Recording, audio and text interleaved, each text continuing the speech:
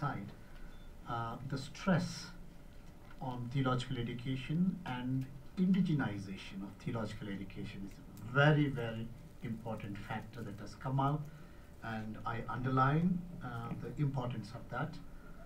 Coming from India, there is an organized violence against the church and church institutions. I have a few friends who are part of this conspiracy, like the fanatic. There are thousands of fanatic Hindu organizations who are all set for violence against the church and its institutions. Now I asked, why do you do that? Was my question to my friends, you know. One of my friends, he said, we are being taught to do that.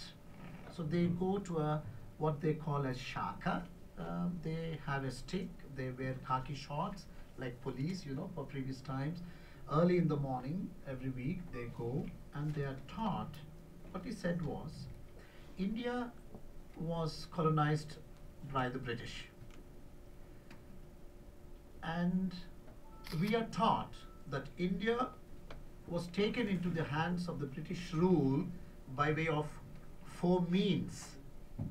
Number 1, the Air Force of the British was instrumental. The Navy of the British, the Army of the British.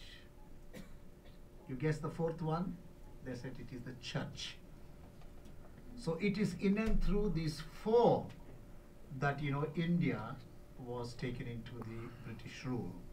And they are taught that in 1947, when India got independence from the British, they are taught the Air Force has left, the Navy, the British Navy has left, the British Army has left, but the church still remains.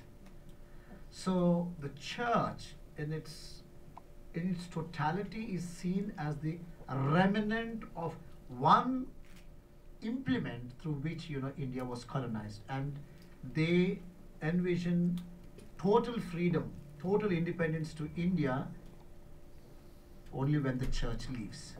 Now, it's like adding fuel to fire. We Christians also behave as though we belong somewhere else and not to our native land. See, we try to support that thing in the church in all its form. The architecture, you know, to begin with, all these big edifices, you know, what I talked about, the cathedral and all, you know, the Gothic structures, the Roman architecture of the church buildings, all these are, you know, they are seen as the remnant of someone else's remainings, but not as the native church. So it is very important in all aspects, in India as well as my brothers and sister was there. In total life of the church has to be rooted, as we said, in the local culture, in the local context, indigenized, in the appearance, in the liturgy, in the music, in art, in cultural forms. I think our gospel should take the form of the culture in order that it becomes relevant and in order that it becomes native. Then it is the strongest witness that we can give. So your papers have really brought, and I've underlined, and it is such an important thing. In any case, the Methodists in our region encouraged indigenization right from the beginning.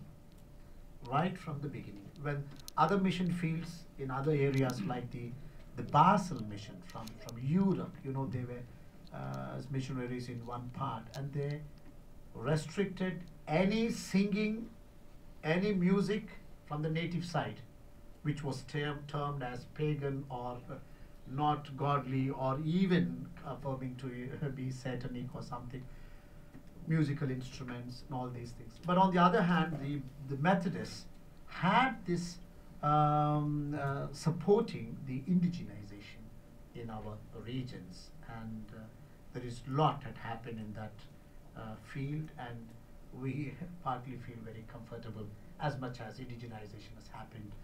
We feel authentic.